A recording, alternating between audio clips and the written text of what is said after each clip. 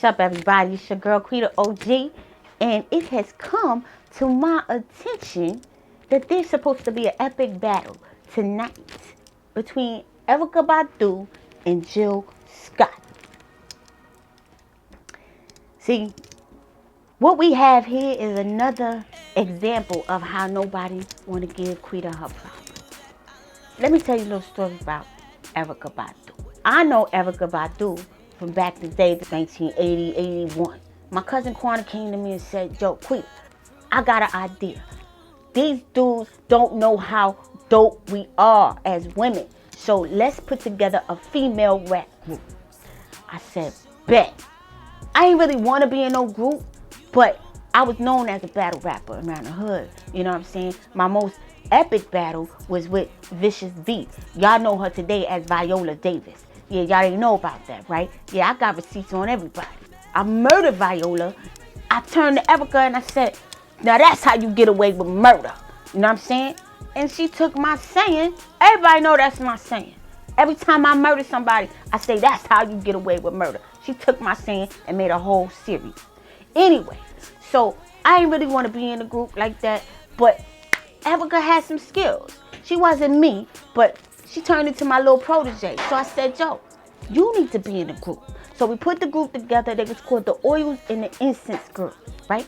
Meanwhile, on the other side of town, Jill Scott and Angie Stone had their own rap group, okay? And they was called the Philly Cheesesteaks. You know what I'm saying? The Philly Cheesesteaks and the Oils and Incense Girls was trying to battle. They had a contest that the best MCs, female MCs, was going to get a role in the movie Beach Street. So we go down to the audition. Now, Angie and Erykah was rivals. They had beef. You know what I'm saying? So I told Erykah, I said, when we get down here, don't act no fool. You know what I'm saying? You got to get this money. We get down to the audition. Erykah and Angie get in a brawl. So now the producer said, neither one of y'all gonna be in the group. And then they wound up putting these other girls in there that I already smoked. Shy Rock and Debbie D and Lisa Lee or something like that. I already smoked them a long time ago. So I was like, man, I should have been in the group. Then none of this would have happened. No, it's the behind the scenes and I'm giving it to you for free. You know what I'm saying? Long story short, I've known Erykah that long. So she calls me up in about 93, she hits my phone. Now we all know Erykah to be like a gypsy. She just kind of get up and go. Wherever the wind tell her to go, that's what she do. So she calls my phone one day. She says, hey Quita, get dressed. I want you to come to the club. We get to the club. She says, Quita, come over here. I want to introduce you to somebody. I said, who this? She said, I want to introduce you to my boyfriend, Mike. I said, okay. What's good, Mike? We kicked it for a little bit. And his man comes over, gives him a pound, say, what up, Erykah? She says, what's good? And he goes, you know, I never realized you had green eyes. She said, yeah, oh, well, they green because I eat a lot of vegetables. I ain't never heard nobody eat vegetables, their eyes turn green. Anyway, he says, well, who's your friend? Mike says, oh, my bad. You don't know Quita the OG? He says, Quita the OG, this is my man Tyrone. Boom. So we kick it. Me and Tyrone talking to each other for a couple months. A couple months later, Erykah calls me on the phone. Yo, come over. I'm pissed off. So I'm on my way over there. We get there. She tell me, I can't take it no more. I can't deal with Mike. He got to get the fuck out. So I'm like, what happened? I thought everything was good. Mike cheated on Erykah with Chili from the Philly Cheesesteaks. She said, every time I ask this nigga for some cash, he say nah, then turn right around and ask me for some ass. I can't even ride. I got to ride in the back seat of my own car. And I got to be in the middle of him and his friends. I can't even get a window seat.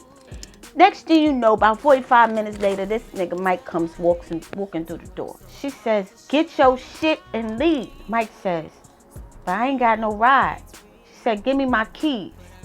He ain't had no car, he ain't had no job, he ain't have nothing. She said, give me my keys. He said, but I ain't got no car. How am I supposed to get this stuff out of here? She said, you better call Tyrone. So he proceeds to go call Tyrone. And she said, but you can't use my phone. I wound up having to call this nigga Tyrone and tell him to come and help Mike get his shit. See, I know the backstory to this battle. See, Jilly, she wanted to settle the score from the whole brawl with Angie Stone with the Philly cheesesteaks. She blamed Erykah for not getting that part in Beat Street. You understand? So she went to sleep with Mike. Erykah, you done moved on. And I'm pretty sure Mike done moved on.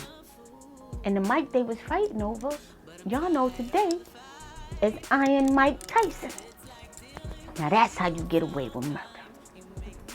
All I got to say is, may the best woman win. You know what I'm saying? We got to come together. You know what I'm saying? We got to come together. We ain't got to keep fighting over this nonsense from way back in the day. You know what I'm saying? Y'all done made good music. Y'all done had good lives. I'm going to see y'all there, though. Because, you know, Quita always be in the building. I'm going to be front row.